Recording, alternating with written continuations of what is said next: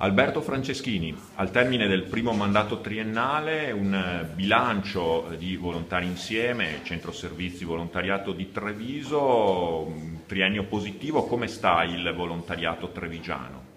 Diciamo che il volontariato trevigiano sta bene, nel senso che dai dati che abbiamo un aumento complessivo delle associazioni e dei volontari che evidentemente svolgono attività che si stanno sviluppando anche in settori innovativi, quindi mi pare che sia un buon volontariato quello della provincia di Treviso.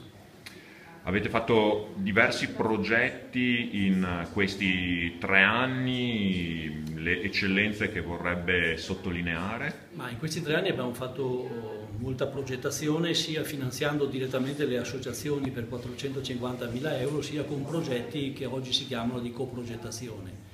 Mi pare che vadano sottolineati quelli su cui stiamo lavorando adesso, che riguardano le marginalità sociali, per esempio i padri separati, che riguardano le eccedenze alimentari, che riguardano i giovani e i portatori di handicap. Sono progettualità in corso di elaborazione, in parte fatte direttamente da Volontari Insieme, in parte come frutto di un concorso di idee col quale abbiamo coinvolto le associazioni. Vi è poi un progetto molto più importante che riguarda le marginalità in senso generale, quindi gli anziani soli, le persone in grave difficoltà economica. È un progetto importante non solo per l'importo 230.000 euro, ma perché evidentemente è la prima volta che si riesce a fare un progetto che mette insieme varie province. State anche attendendo di capire quale sarà in un certo senso il vostro destino con una riforma del terzo settore che vi riguarda, partita, poi ora sospesa anche per la fine della legislatura e quindi il probabile cambio di governo.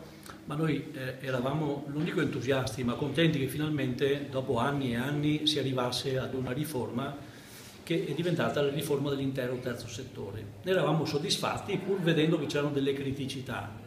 Oggi siamo preoccupati perché la legge è stata approvata, un qualche decreto attuativo è stato fatto, manca però il decreto attuativo più importante, cioè quello che dava vita all'organismo nazionale di controllo, che è l'organismo che avrebbe dovuto gestire i finanziamenti provenienti dallo Stato e dalle fondazioni bancarie, e dava vita al registro nazionale delle associazioni del terzo settore, che così com'è evidentemente non parte, perché ad oggi quel decreto legislativo non è stato approvato e quindi siamo fermi.